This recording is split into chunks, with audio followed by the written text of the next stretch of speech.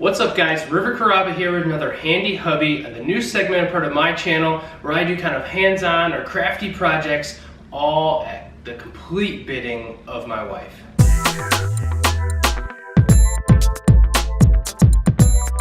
What our project today on Handy Hubby is creating a mason jar rack for the bathroom.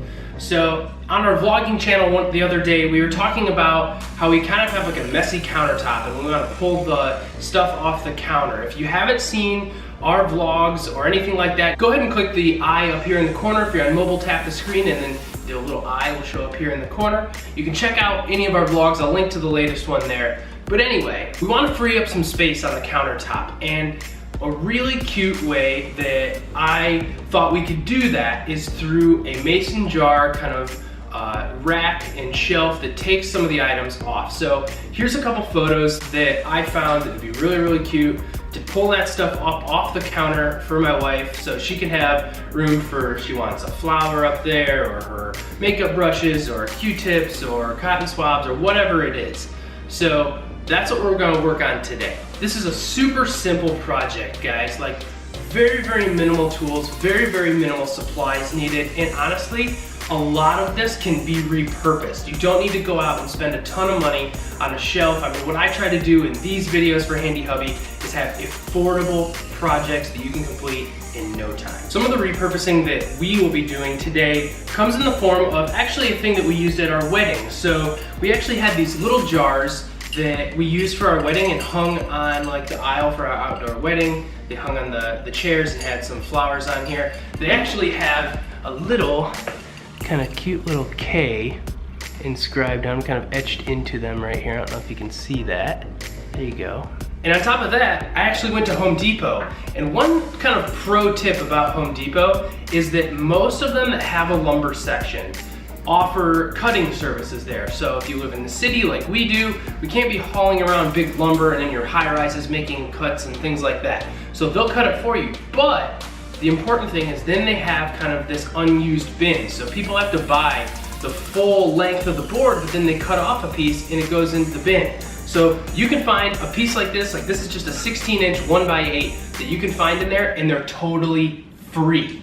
So far we've got free boards, we've got repurposed jars, and the rest of the things that you'll need are things like the hose clamps, screws, things like that. All total cost me less than $10 for this whole piece of furniture. So right now, I'm gonna roll all of the supplies that you will need along with the links to them in the description below to complete this project.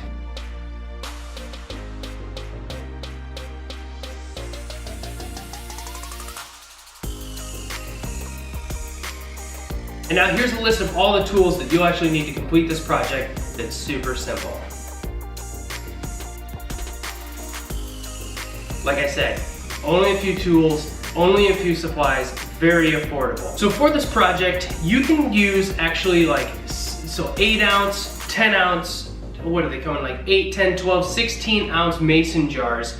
Normally these run, if you didn't have one to repurpose, something like between $1 or less, only a couple dollars for some of the bigger jars.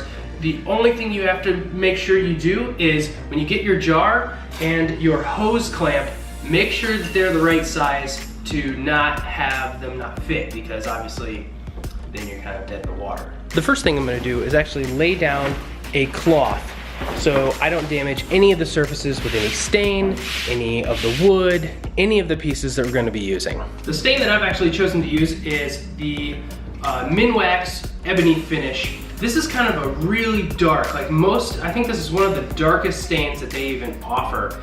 And the reason why we're doing this is because we have a lot of dark furniture in our bathroom. I want this to kind of go with the whole flow of the bathroom, and mostly that's what my wife asked for, so that's also why we're doing it. You're gonna wanna make sure that your board is fresh and clean. So if you're using an older board, make sure you're gonna sand that down. If there's any imperfections or dust, use a cheesecloth to get all of the extra kind of crud and things stuck to it off the board to get this ready for stain. You're gonna wanna go ahead and open up your stain and get your applicator. I prefer to use the kind of sponge with microfiber cloth over here. And remember, and like over some of our past videos, the key is long, even strokes. So when you get this thing soaked up, you're gonna wanna do long, even strokes. Don't miss the sides, because sometimes when you're staining a flat surface, it'll bleed onto the side, and you don't want that because our sides are going to be very visible on the wall.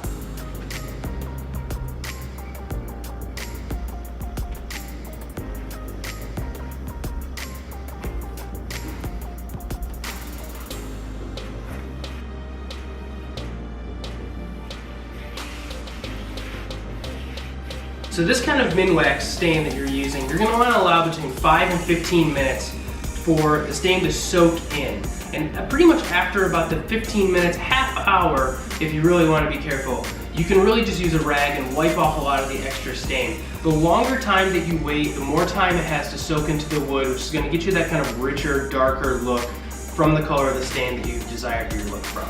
Alright, so it's been a couple hours and a couple coats later, and the wood turned out really beautiful.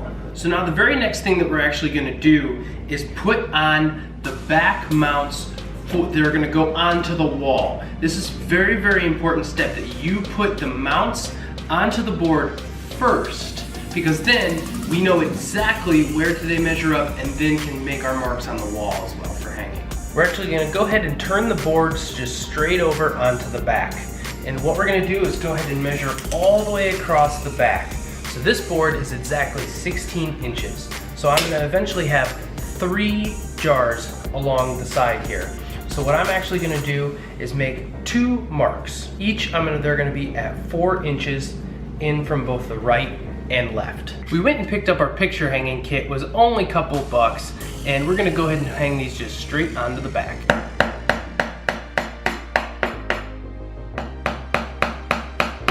Now that we have our 2 hangers on the back, we are going to want to, just to make sure, measure between the very middle points where we should have here. Now this was 16 inches and 4 and 4 from each side, so it should be fairly obvious what that distance is, but just to check, we have a nice 8-inch gap.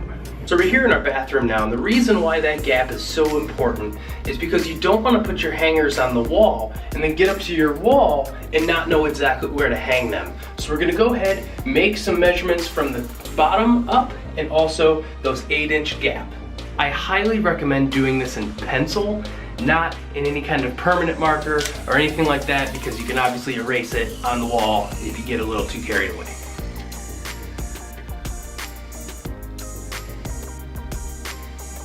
Like in past projects where I hook something straight into the drywall, you generally have 2 options. Either you can get a stud finder and try to find that stud and go straight into the stud, or if you only have access to drywall, big spanning walls, you can also get drywall anchors. Now, every anchor is gonna have a weight rating on it, and that's very important that you pay attention to.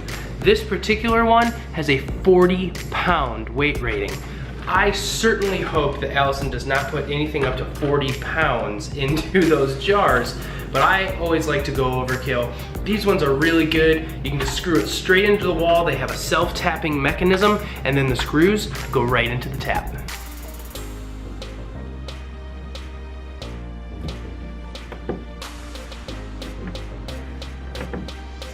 Now, I've had people comment in the past about why do I use a screwdriver for a lot of my work, not a drill. And the big reason for that is actually just torque. Something like this, these self-tapping screws to be in the studs, the wall anchors, are kind of brittle sometimes. So if you put a lot of torque on that, it might actually snap off, and sometimes snap off into the wall, which isn't going to create a secure anchor into the wall. So just be careful with that. I always err on the side of the screwdriver, with the exception of some projects. So now I got my wall anchors in and we're good to go. We can hook the screws straight into it, so when we're done with our board, we can hang it straight on the wall. Alright, so now the fun part, now that we got the wall anchors squared away, and that's going to come with the hose clamps. So the hose clamps are gonna go onto the board and go around the top of the mason jar. So just like the back, we're gonna have to make our measurements. So the first thing I'm gonna do is actually measure from the top down the side. And the reason why we do this is gonna help me understand how far up and down do I want the mason jars to sit on the board. For me, I personally am gonna go right at about 2.5 inches. So I'm gonna make a small mark on the outside of the board, and again on the other side. From here, I can make a measurement all the way across the board. And so this way, my measurements on both sides are level. Given we're gonna have 3 jars across this, the math is pretty easy. We're gonna wanna make marks at 4, 8, and 12 inches. So that way our jars are evenly spaced apart. For highlight, you can even use a Sharpie marker to make a mark a little bit more pronounced. A single dot will do. Now that you have your marks on the board, it's time to attach the hose clamps straight to the board. When looking at the hose clamps, you will see that there is these little tread marks, which is what the actual tie itself grips the hose clamp. What you're gonna wanna do is make sure that all the hose clamps are facing in the same direction, and in the last little eye mark down there, you can see it right there, you're gonna wanna screw that to the board. So you can take one of the wood screws that we purchased, which are about 5/8 inch. So this is only about an inch thick board. So we're gonna make sure that we don't want screws that are gonna go all the way through the board. If you prefer, sometimes you can actually drill a hole through the hose clamp if you're having some trouble getting the screw through the hose clamp itself.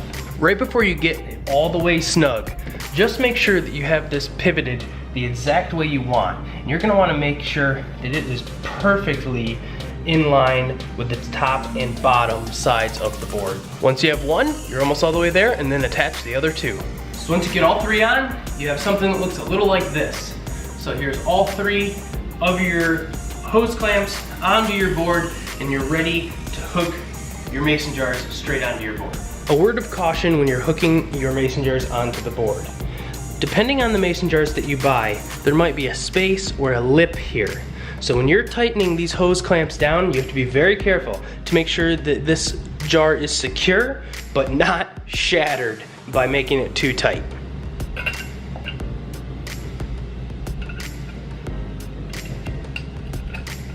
Just when you start to get some resistance on the screw is where this thing is not going anywhere. The other thing that you'll notice is there's a lot of space left in each one of these hose clamps. I am gonna leave this, and the reason why is because if you ever wanted to trade up for bigger jars, all you have to do is just loosen the hose clamp. Once you have your jars hooked on, now you're all done. The product itself, all you gotta do is hang it on the wall. Now each of these, like I said, by loosening these, if you had more space in between, if you had a longer board, you wanted more of these, you can just loosen these up and trade them out for bigger jars eventually. We kind of like the look of the way this is like this, so it's a little longer, and like I said, it gives us options in the future. The other thing that you can do that's kind of crafty, obviously we repurposed these ones from our wedding, so they already had kind of the stencil K on there, but let's say you wanted to get crafty and say, you know, what you wanted to put in each of these, whether it's, you know, Q-tips, makeup brushes, etc. You could put a little stencil on there and identify it whatever you want. Now that we've got this all put together, let's go hang it in the bathroom.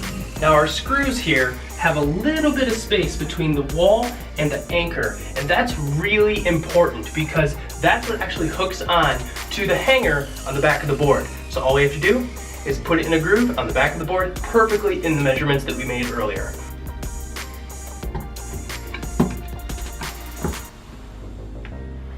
There you have it. A beautiful piece in addition to our bathroom that can alleviate a lot of those items off of our countertop and give us more space. And the best part, we did this for under $20. I did it for even cheaper because we were repurposing stuff, but you could do it for under $20 by buying all of the materials straight from Home Depot or any Ace Hardware, anything like that.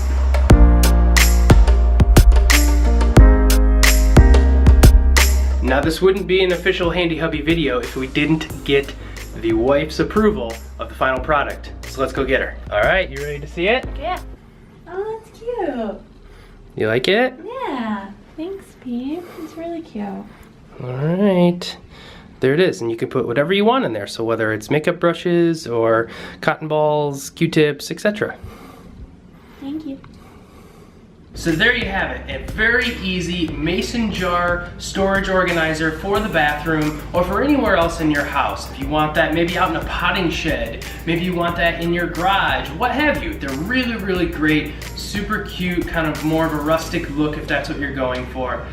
Thank you very much for watching us today, guys. Be sure to check out my wife and I's daily vlogs. You can do that by clicking right up here in the corner if you haven't done so already. Make sure you subscribe to see more DIY and vlogs in the future, and we will see you tomorrow. And wait, just in case I didn't mention this earlier, all of the materials, tools, etc. that you will need, you can find links in the description below so you can do this one at home. Thanks a lot, guys, and we'll see you next time.